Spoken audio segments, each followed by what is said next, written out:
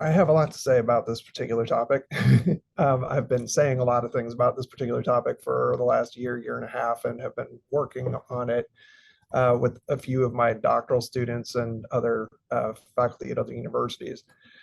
So I want to start off just kind of getting us on the same page, and so you understand it the way that I understand it, which may be different. There are a lot of different interpretations related to artificial intelligence, but one of the simplest definitions that I like and that I think of is coming from John McCarthy back in 1985. He was one of the originators of this idea. And it is AI is the science and engineering of making intelligent machines, especially intelligent computer programs. It is related to the similar task of using computers to understand human intelligence.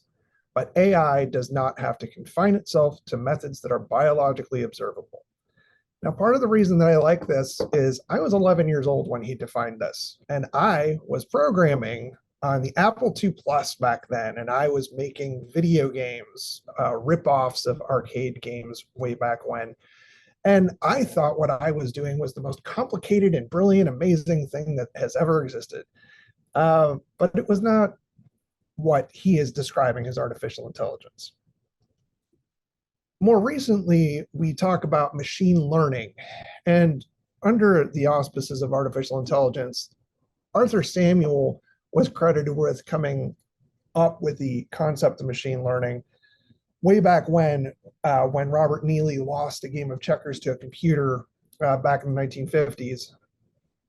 And the idea is that machine learning uses statistics and algorithms in order to make classifications and predictions in order to figure out key insights from the data that it's mining. And then these help to drive decision making. This is one of the main things that we use machine learning for, is to help us make better decisions, because humans have a lot of intrinsic biases that make us bad at making decisions, even if we have all of the information. The nice thing about these programs is they learn from new information as well as their own mistakes, which humans as adaptation machines hopefully do as well. But not always, because of those biases.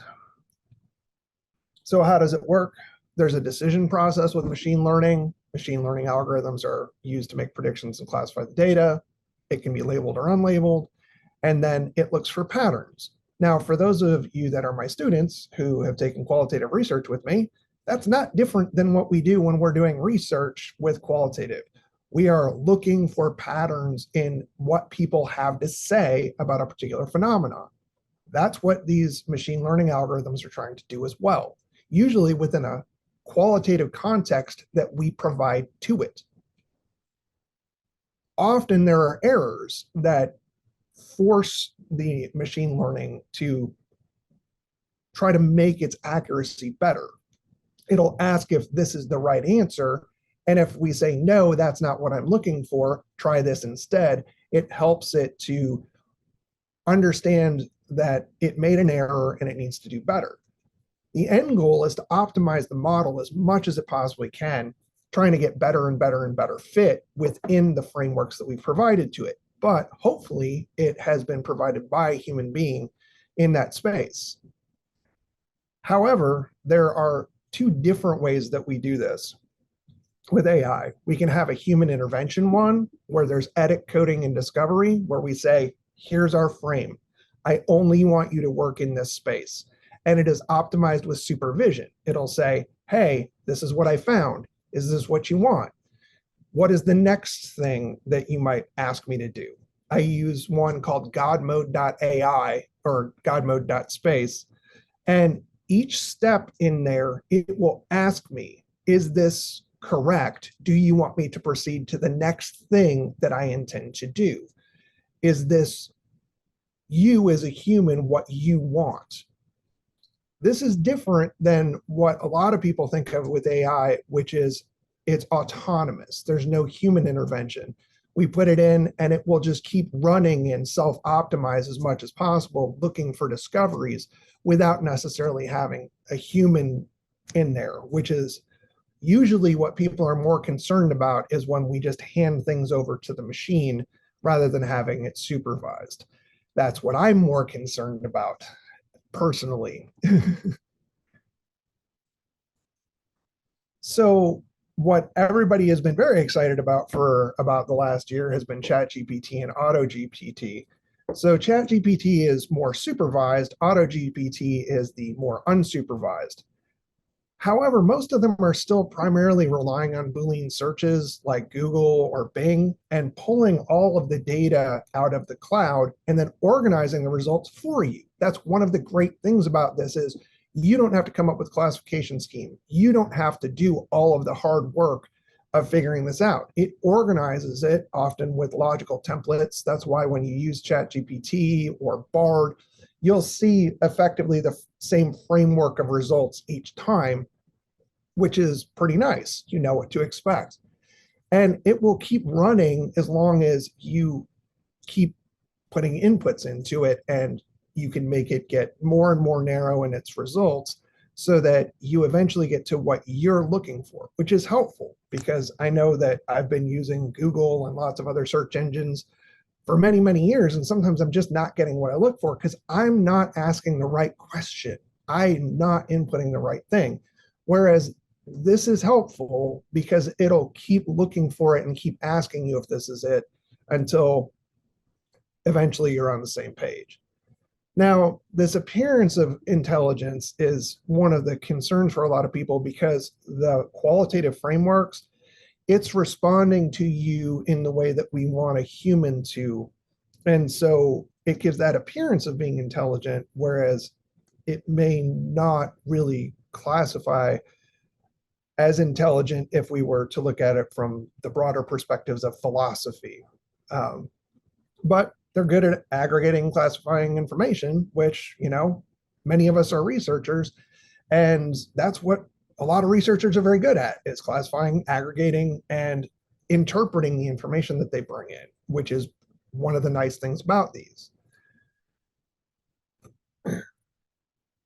So one of the areas that I've been looking at a lot is AI tools in education. Now, for those of you that don't know, I just had a baby.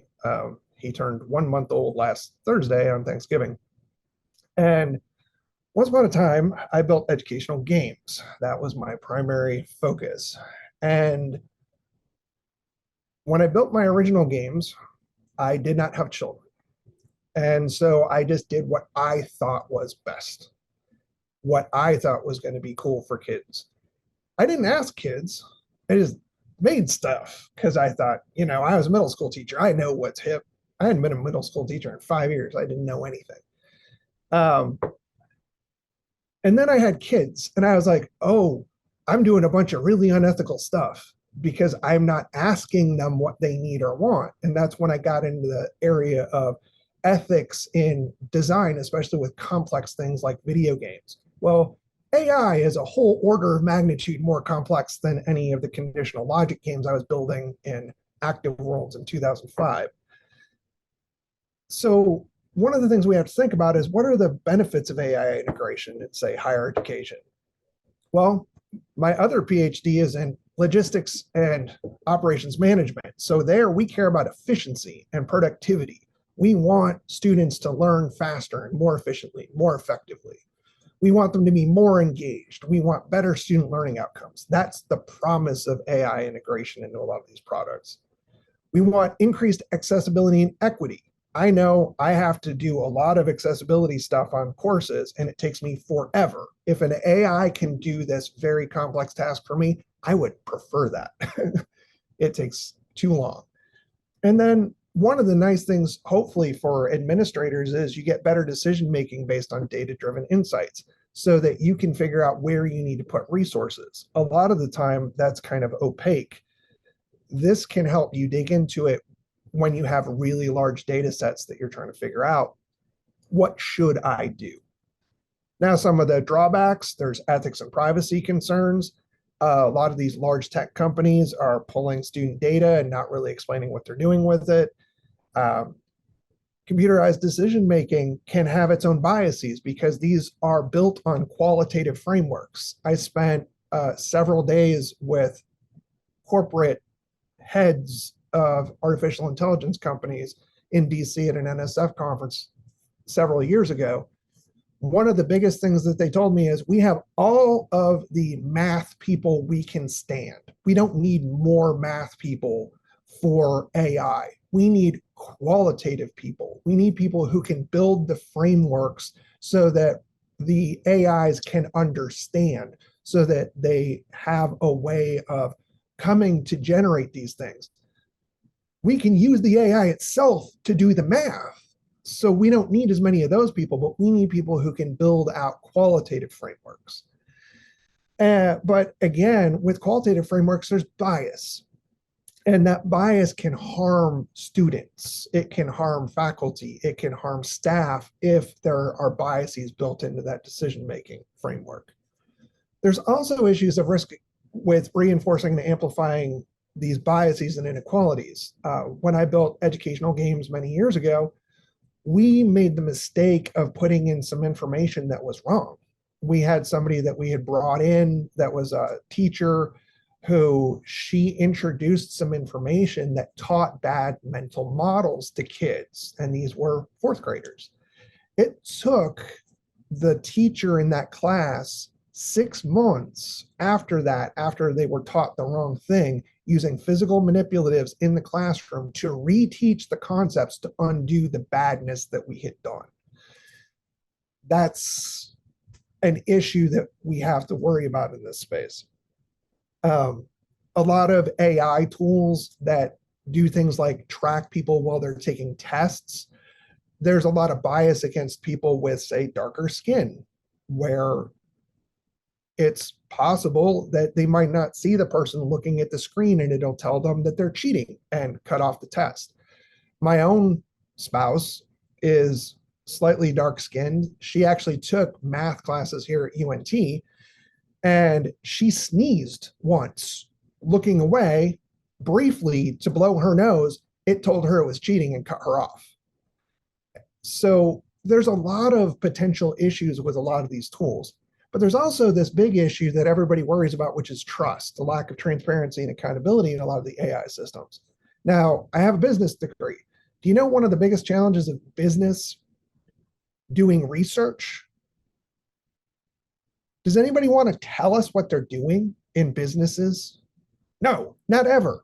That's proprietary information. You might be harming our competitive advantage. It is desperately hard to do research in business because they don't want to tell us anything. So do you think any of these AI companies are going to tell us what's going on with their backend algorithms so that we can trust them? Absolutely not. So how do we in an education space build trust around these AI algorithms, especially when it comes to kids or protected populations? It's a concern. And then there's also the cost and feasibility issues with implementation and maintenance. Anybody know how much it costs to train GPT-4 per day? About $3 million. Every new version costs more, and it takes more energy to do the training on the new models. I don't know about you, but it's a little warm for November here. I have broader concerns that we need to worry about stuff related to climate and related to how much all this stuff costs, because right now we can all afford to play with ChatGPT. What happens with GPT-12 when it costs them $1 billion to train it? Do you think that we're going to be able to have access to ChatGPT at a low cost? No. Only large companies are going to have that access at that point. So one of the challenges that we often have is I've been working in this area as we have digitized education and higher ed for the last 20 plus years. Every year, the learning management systems get more complicated and more expensive. Every year, we become more reliant on the tech. What happens when it gets too expensive to do? My daughter's going to college in the fall. When I went to college, it was $4,000 at a public university per year for me to go to school. It's going to cost me $12,000 a semester for my daughter to go to school. And a lot of that's because of this race to adopt as much technology as possible. Everything gets more expensive. Now, what else can we do? Well, some universities, including some of my students who are at UT Arlington, who graduated a few years ago, are using chatbots for student support and doing scheduling and tutoring. Just fantastic. Personalizing the experience in the nursing school. A lot of these things with administrative tasks, including scheduling. My students who have seen me do my presentation on time management have seen what my calendar looks like. It's vaguely insane. I have the most detailed calendar on the planet. Well, it would be spectacular if I could have Outlook do a whole lot more of that for me. So there's a lot that these tools can do. Curriculum design and delivery, a lot of what we're looking towards is adaptive learning, personalized instruction, and having virtual assistants to help kids. Now, I'm a little worried about my daughter going to college because I have another daughter in college. She was completely unprepared. The new one hopefully will be prepared, but I would love it if she had a virtual assistant to make sure she stayed on top of things, because the high school that is literally a mile away from here is not doing any of that. Then there's also the potential of scientific research and innovation. A lot of AI is going to be very good for this, which I'm very excited about and have been using quite a bit lately. And we're going to talk about that in a minute. So with the pedagogical AI tools, one of the challenges that I've had as I've been doing research on this for the last couple of years is that the main applications have been for instructional tasks related to things like plagiarism detection. One of the things, if you go out on, say, Reddit boards, is people are being accused of plagiarism increasingly when they're not, because the tools are not super great. I mentioned proctoring applications, where if you look away for even 2 seconds, it'll accuse you of cheating and turn things off. That's how some of these things are being used in that space. And then increasingly more folks are using this for chatbots in order to get people more access to resources, especially when humans aren't available. Some of them are pretty good, some of them aren't.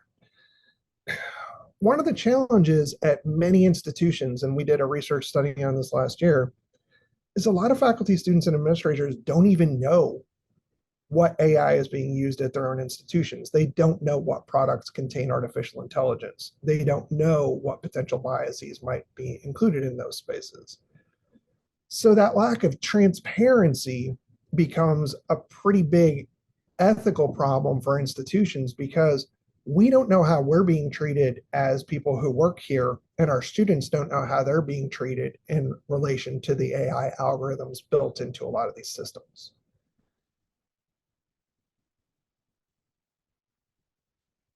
So some of the learning support ones, one that I used for a long time, but finally kind of got tired of when the baby came and decided I didn't want to have to do it every day, was Duolingo. My dad's been doing Duolingo for years. He married a woman who's from Chile a couple of years ago, and it's been super helpful for him in terms of foreign language learning, to the point where he's now gone and gotten training so he can teach level 1 folks in Spanish. He's loved it. I know a lot of people who really like Duolingo. My kids use it in their introductory classes at the high school. Pretty cool. It has some AI backend. Does anybody here know how AI is used in Duolingo? Me neither, but they say it has it. Supporting labor-intensive manual tasks. Now, this is something I use all the time in the last few months, is Grammarly. We're not all great writers. I don't feel like I've been a very good writer lately. New students struggle with writing a lot, especially in academic spaces. Grammarly actually allows you to choose academic and formal, and helps guide people in their writing. So students can use this, but also faculty. This is super helpful, because I don't know about you, but when I read the same thing like 15 times, I start not even realizing that I'm missing entire words in a sentence because I've read it so many times. So this helps us focus on what we're doing. That's super helpful. There's a tool called Anki. My kid has been using this for his geometry class in order to do memorization. for flashcards. Pretty cool. There's the Stepwise Math AI for personalized math tutoring. I played with it a little bit, and it's not bad, but I would say that it's not really AI. It's more conditional logic. It has a set of predefined classifications. You fall here, you fall here, you fall here. These are the activities you should do. That's not really AI. But one of the things that you will note is everybody slaps AI on everything now, whether it really is or not. Cogni is more of a true AI. It's a virtual learning assistant. One of the things that I liked about it, I considered using it for my daughter, was that there are so many subjects that when she tried it, it wasn't close enough to what she was doing that it was super helpful for her. But for other things, especially the higher ed ones, it seems to be super helpful. Cactus AI, now this is one that's a little concerning, is it actually writes model essays. And this is one that I learned from one of my kids' teachers. They're having an epidemic at their school of kids having their English essays written by Cactus AI. So this is definitely something to be concerned about as an educator, is a lot of these things aren't being written by the kids, so you have to worry about it. But one of the nice things is it will also do text summarization, especially if a kid's trying to read a really complex high-end thing. This can be helpful. The other nice thing is it can help with coding. It's kind of a jack of all trades sort of AI. Code Academy, which I think they just changed the name again. I think it's Code Academy, I think is what I saw yesterday. It's okay. It's good for learning to code AI and learning other coding languages that you need for coding AI. It's all right. Revising content. I've talked to several faculty who are using ChatGPT where they feel like the stuff that they wrote was not academic enough. And they're having ChatGPT rewrite something that they've written to make it sound more academic. And I've talked to students who are doing the same thing. Grammarly helps with that. I was an English teacher once upon a time. So as all of my students know, I spend too much time editing grammar and stuff, but it's important because as an academic, you need to be understood. So Grammarly is super helpful.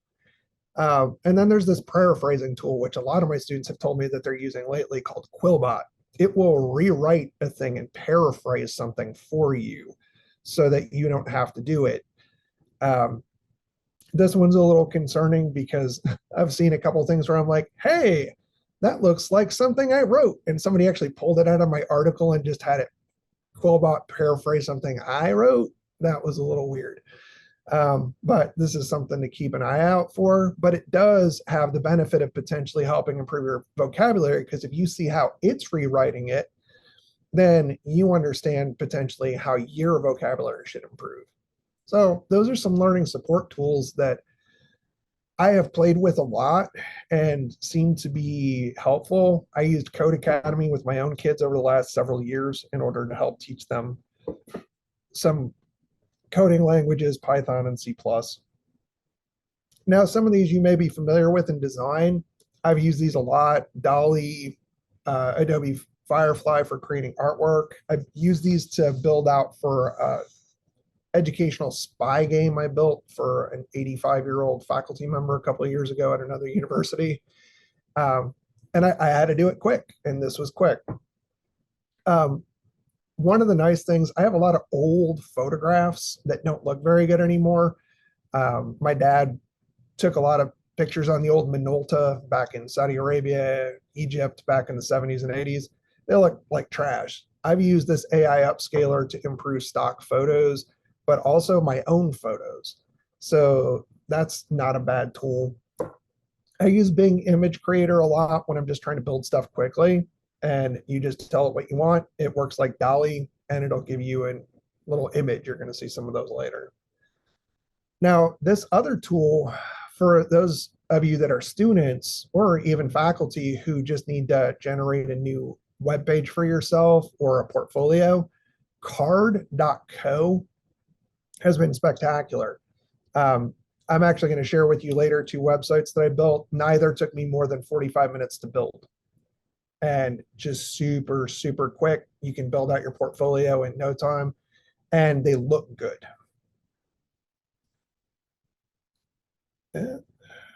Now, for research and analysis, one of the things that we're always looking for is to reduce labor. Um, when I took statistics at Western Michigan University in 1993-94 for behavioral statistics, I had to do all of the calculations by hand on paper. You can only imagine how long that took. A few years later, 1998-99, I took another stats class and we had our very simplistic DOS program that we were able to use in order to do statistical analysis. Saved me so much time. It was awesome. Now we've got SPSS and MATLAB. They all say that they've got AI in the back end. Have no idea if that's true or not, but they say they do. And they're very helpful for reducing your labor. One of the tools that I do use in my business side is Arena for simulating potential outcomes if I'm doing new process designs to figure out if things are actually quicker. That's a very good tool, and it does have AI that they've kind of explained how it works, which is nice.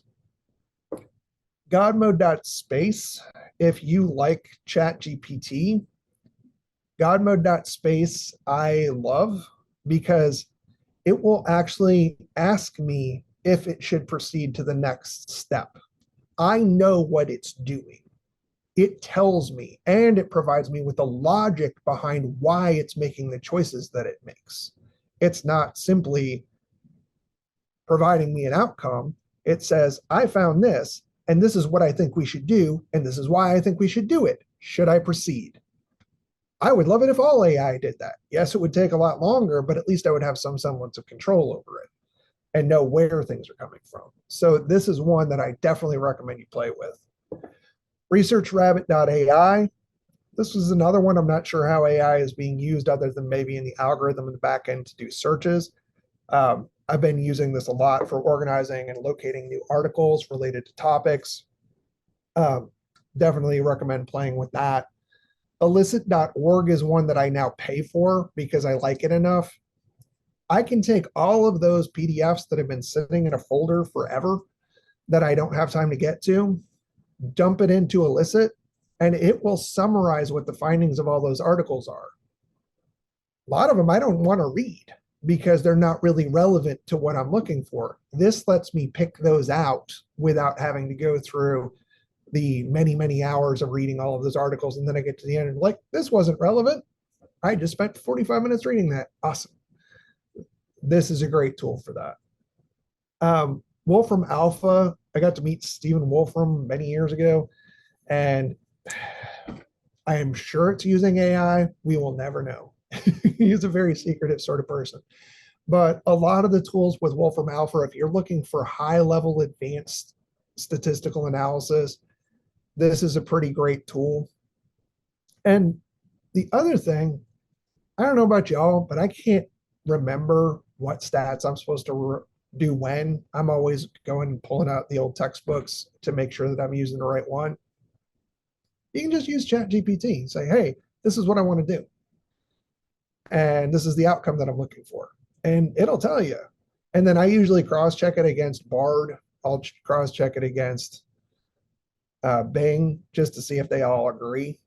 And sometimes there may be two or three that are possible that do similar things, but it at least narrows it down to me so that I know which stats that I should be running, which is pretty helpful. Now, teaching and higher ed support. SecondNature.ai has a learning management system that is AI backed, and it's really good for providing educational materials and helps with grading in a way that something like Canvas doesn't. We have SpeedGrader.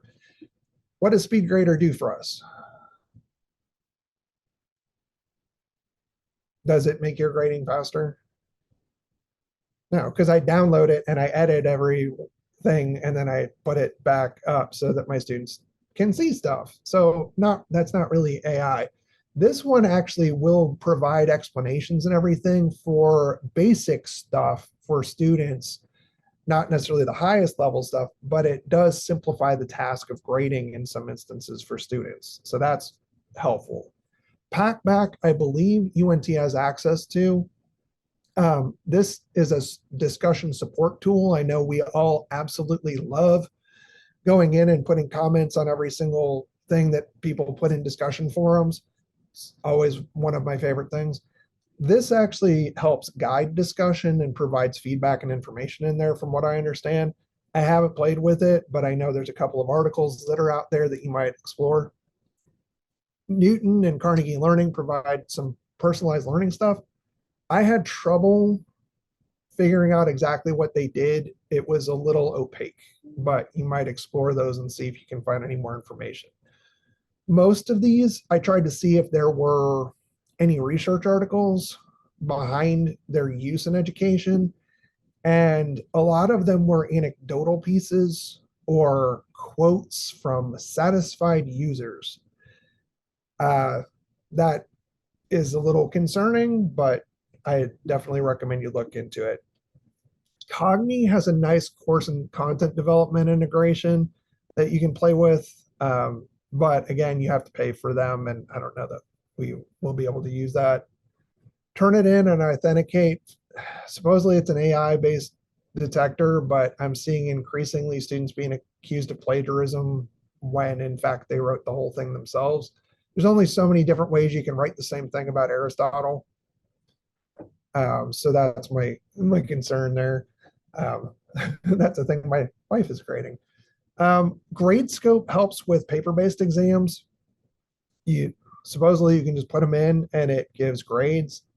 Still trying to figure out how it works.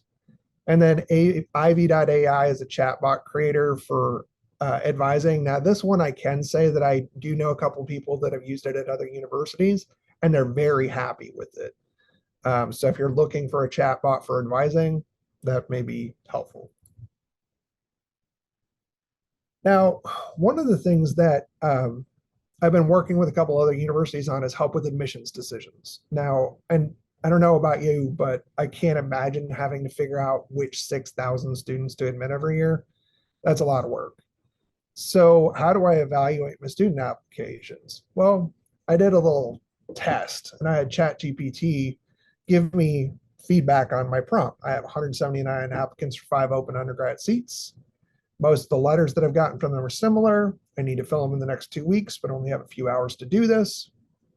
What's the best approach? Get an applicant like Jacob Suzuki here. He's got pretty good stats. He's 17. He's got a 3.4 GPA at a high school in California. He's in the marching band. He wants to do esports, student council secretary, strong coding skills. All sounds pretty good. Wants to do a business BS, esports marketing and accounting. Wants to be in marching band and play on the UNT esports varsity team. Great. But this leads us to some AI adoption challenges that we want to think about. AI is another layer between us and the students that we're trying to work with. That distance between me and you increases the likelihood that we're going to be misunderstood, could increase the likelihood that we're not going to be seen as telling the truth. It creates transparency issues, especially when we're doing things like trying to evaluate a student for admission into our university. On top of that, with AI, we don't really understand how the algorithm's been built. So we don't know whether it's actually doing what it says it's doing. We don't know if the model has biases in it. And we also can't necessarily know if it's been corrupted somehow. So this creates a transactional problem of trust that is built out in this space that we have to overcome if we're going to incorporate this into higher ed. And the trust problem is exacerbated even more because where did Jacob come from? Well, I used Bria AI, which is a free image generator, and I started with an image of my son, changed him from 13 years old to 17, changed his hair color, changed his face to an Asian model and then to another random one. I also made him smile because my son doesn't like to smile right now. And then I had ChatGPT write his letter based on a set of information that I made up that you just saw. And so now we have a fictional applicant. How do I trust the information that I am getting when I'm trying to make decisions at a university about my students and what I'm being provided by them? So as we consider adoption of AI in higher ed, K-12, anywhere, there are some trust risks. The first is interpersonal. Is this a real person? Can I trust my perceptions of them? Is this representation real enough that I can trust it? Or is it filtered in an important way? Is it being used to manipulate me? Then in higher ed, we have issues related to admissions that I just showed. But what is the primary purpose of a university related to employment once a student graduates? What is a diploma? It's a certification that they have the knowledge and skills. That's why every time those of us that are faculty go to graduation, you are receiving the degree for which we are certifying that you have this knowledge and skills. Well, if they're cheating on exams and assignments and coursework, how does an employer trust that they have that knowledge and skills? Because how do we certify it? That makes workforce transition difficult. We're starting to have issues where students are graduating from college, they go into the workforce, and they lose their job within a few weeks or a few months because the employer realizes they don't really know anything. And then in corporate, businesses rely on those trust relationships. We have to have transparency, and AI creates a layer of non-transparency. So if we're going to try to hire these folks, how do we know that they're going to be a good fit? How do we know that they actually know what they say they know? Now, there's other risks to employment and training. What's a university's purpose? We are here to train people for employment. Well, if you listen to any of the podcasts that are out there that are being done by the leaders in AI, there was an AI CEO just in April who said that only about 10,000 people are going to be used to do future ChatGPT models. They're paying less than $1 an hour for people to do that. And then once the model's done, we don't need you anymore. So one of the articles that I read recently, coders are mourning computer science as a field and information science as a field because ChatGPT, these AIs can do the programming way better than a human can in most instances. They can analyze the data way better than a human can and much more quickly. So all of these fields, data science, business management, decision sciences, if you're somebody running a corporation, do you need 50 people working for you to help you make those decisions or to do the programming? Or do you just need a couple of people who can run the AI? Well, the employers are saying they just need a couple of people. So this is definitely a concern that we have to look at because we train these people. Then there's what I mentioned before, financial and environmental risks, energy and financial costs. Those data center energy costs keep going up and up and up and up, and we have less and less and less energy available in order to do this. They're also massive heat producers. What have Google and Microsoft started doing with their data centers? They're putting them at the bottom of the ocean, which is heating up the water, and it's creating algae blooms and killing off a lot of the wildlife around those spaces. But as the cost of energy rises, so will the cost to do the training. So this becomes an issue if we adopt it. Can we continue to use it? Can we afford to continue to use it if universities adopt it? I mentioned ChatGPT 4, $3 million a day for training. They estimate that that's going to double, triple, quadruple with each new iteration because the algorithms get more and more and more complex. And the other issue is how many of you are super excited about the subscription-based models that every corporation has gone to for every single thing that you have to pay for. I mean, there are car companies who turn off your heated seats if you're not paying them $200 a month on your cars. What do you think that these companies are going to do? They're losing huge amounts of money on all of these AI models right now. They get you hooked. You start using it. Maybe you lay off a bunch of staff because the AI can do it. And then the prices continue to increase. So is it a good idea to do this when we don't know if we can trust the companies in this space? There's also the issue of cybersecurity risks.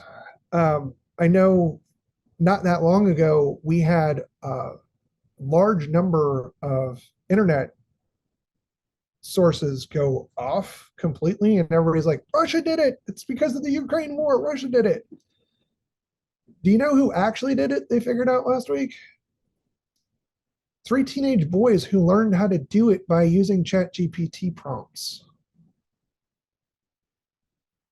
So cybersecurity, when anybody has access to this, is crazy. When I was a kid, I remember somebody showed up with a 5.25-inch floppy disk with the Anarchist Cookbook on it so that we could learn how to do all the terrible things like make pipe bombs and do all this other stuff. And that was like a big secret thing. And of course, it was the Boy Scouts was where we learned all this dumb stuff. Well, we now have the Anarchist Cookbook in ChatGPT. And so a lot of folks, just everyday people, can learn how to do terrible things. Come on. Now, last April, somebody decided that they would make their own ChatGPT, but they would take all of the ethics rails off of it because most of this stuff's accessible on GitHub. So they built what they call Chaos GPT, and they ran it over and over and over again so that it would tell them how to basically destroy the world. And it showed them how to do social hacks in order to get access to information. And it figured out that the most efficient way to wipe out humanity was nuclear weapons. So it showed them where all of the potential breakthroughs were in order to gain access to nuclear weapons and all this other crazy stuff. It showed them how to do financial hacks in order to get the money, in order to pay people to do these things. It was completely insane. Well, people can do this if they want to with any of these tools. And we're like, yeah, let's put it in schools. But it is what it is. Now, the other big concern, anybody here saw the SAM firing and rehiring in what, 4 days last week for OpenAI? Did anybody see the rumor about why they fired him? What was that? Anybody remember?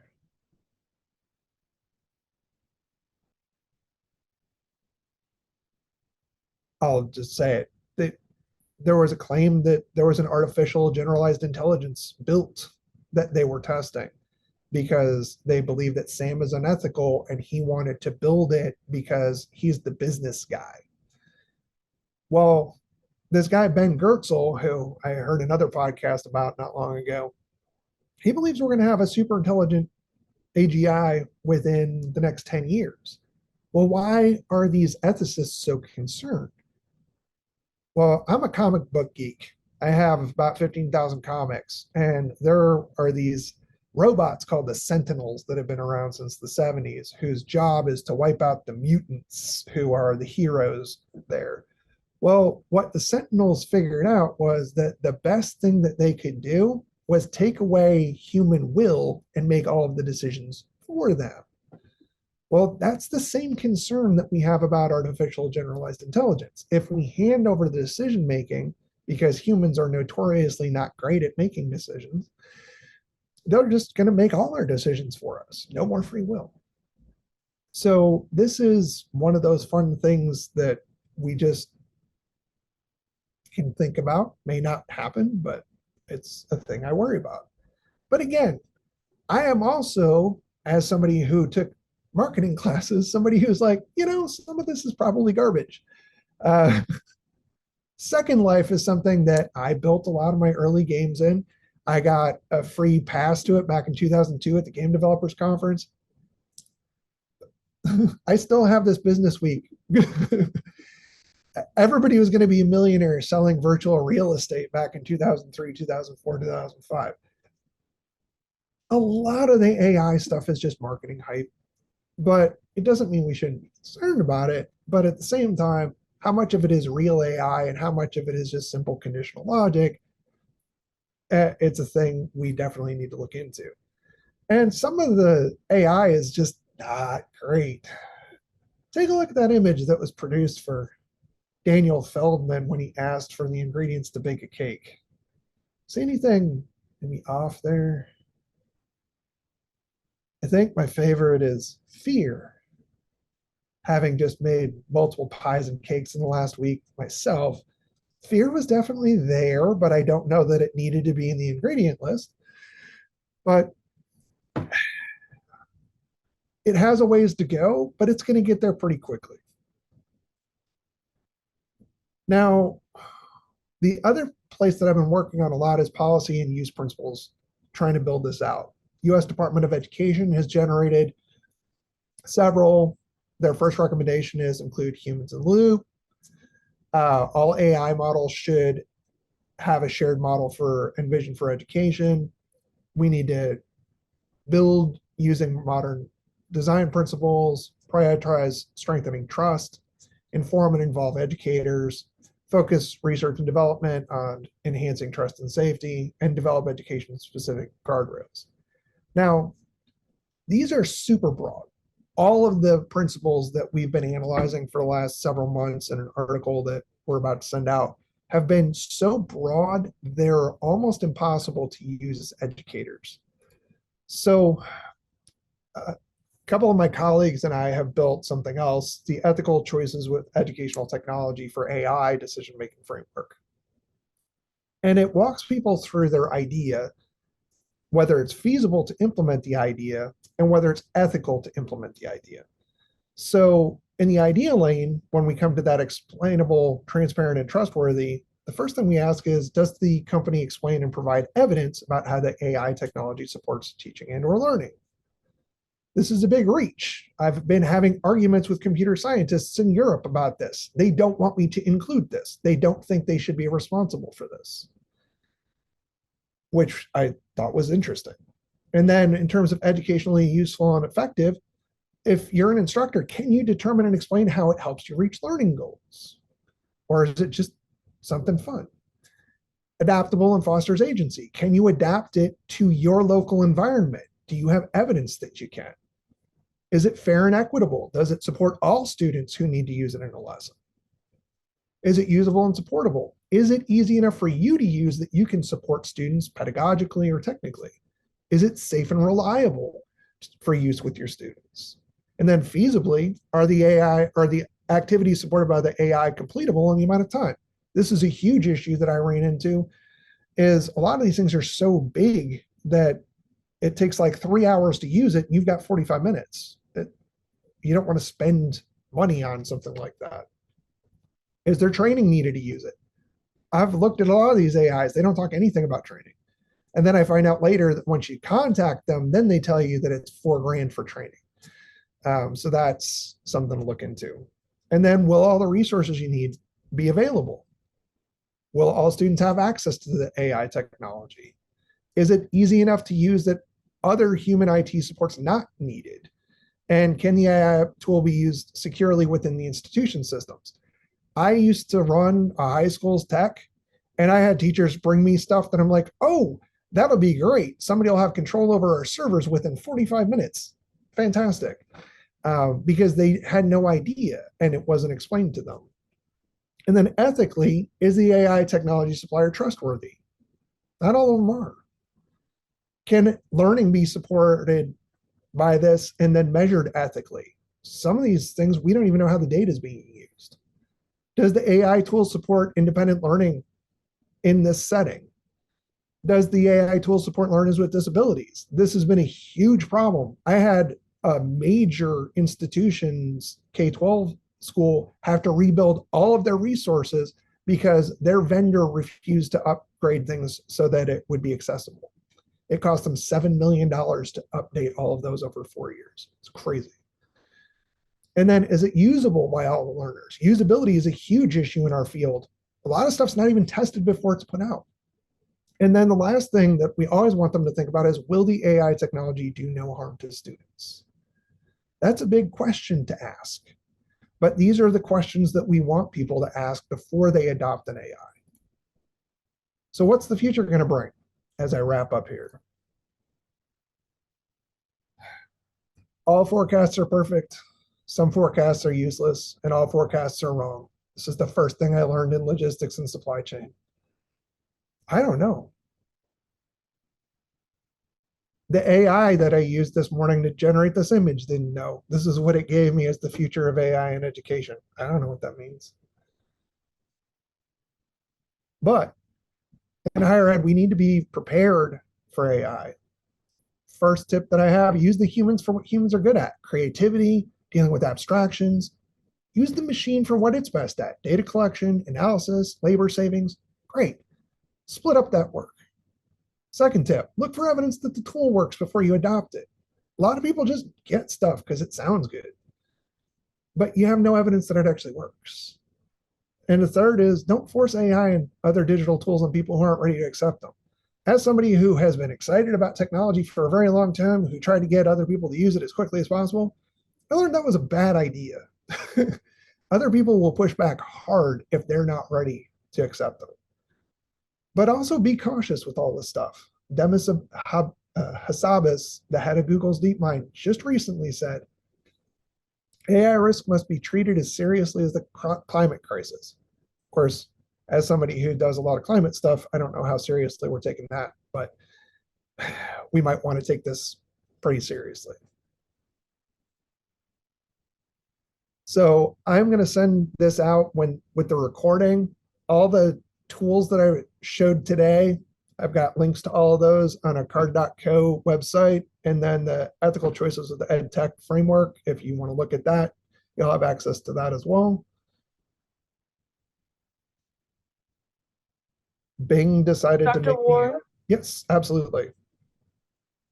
do we have time for a couple of questions? Please do. Okay, so we have a couple of questions from Martha. The first one is, with all of these plagiarism detections and monitoring systems, how do you defend yourself against claims against you or your work? Um, that is an issue that I'm not 100% sure how to, I mean, you just kind of have to be prepared to explain what you did. Um, all of these tools, including the plagiarism detections, are supposed to be time savers for the faculty. And I kind of feel like the faculty member probably needs to be able to go the next step and evaluate the work to determine themselves if in fact it's plagiarized, not just rely on the tool rather than it necessarily being on the student in that instance. I think if you're going to accuse somebody of plagiarism, then it's up to the faculty member to present the evidence that it in fact happened, and then ask the student to share what they did. But that's a challenge in that space. Um, the other thing for faculty in that area, you can avoid some of the plagiarism stuff by having more specific writing prompts and things like that that are going to be harder for an AI to generate. Because if it's hyper specific, they generate nonsense answers a lot of the time. And that's a lot easier to tell when it's been plagiarized. But I don't know. Okay, and then she also asks a similar question, with the contradiction between using AI in an educational setting being frowned upon, but it's also very easy to use, obviously. Is it something that is ethical and reliable to use AI tools in a workplace setting? I know a So lot I of guess, people do. I would say, I mean, it's kind of an epidemic in programming. Uh, People are basically getting ChatGPT to tell them basically how to write the programs. So I don't know that it's unethical in this instance unless you're presenting it entirely as your own work. If you say that you used it in order to improve your coding or something like that, but it was your idea, you generated the initial component and you can explain it, that might be helpful. But what we're finding in workforce is people can't explain what it did. And so that's going to make you a lot less useful to an employer because then you can't really troubleshoot it. You can't fix what you did. You can't modify it.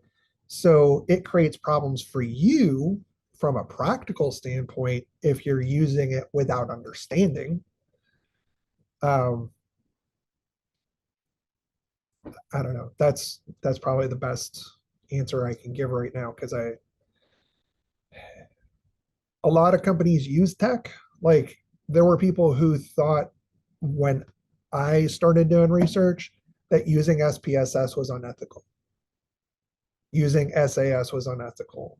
Using NVivo was unethical to have the tech do the work for you. So I think some of this it changes over time as tools become adopted, and there are rules around what is acceptable and not. So And there's actually a related question here from Matthew. He asks, when you evaluate AI tools for education, what, in your opinion, are red flag indicators that a tool should not be used? um, if they won't tell me how it works at all, that's the first thing. Like they'll just say it it supports education. They just give really broad claims. That's the first thing that I'll note on these things is I I can't even imagine how it might work. That's one of the biggest issues. The other one that's a big red flag is they won't allow research on their product to show that it is efficacious. So if you go to look at the support and there are no articles showing that it's effective, but you see a lot of my kid used this and it's awesome. I loved it. And a lot of that, like parents think it's great, or this educator thought it was really neat. Those kinds of statements are usually done by companies that have no evidence that the thing works. So those are my two biggest red flags are that there's no evidence and that they won't explain how it works. I think one takeaway here is also the fact that we are still figuring it out day by day. Yeah. Well, it's constantly evolving, so we just kind of have to stay on top of it. But at the same time, ask a lot of questions. As somebody who does system stuff, humans like to stay in stasis and we go to whatever's going to be easiest for us. This is not a thing we can let our guard down on. We need to constantly be challenging it to make sure that we have power in this space and that we are using these tools in an ethical way that helps support our students, support our own work in a way that we can explain. And I think if we can do that, then these have a lot of value. But they're brand new. So we'll see how it goes.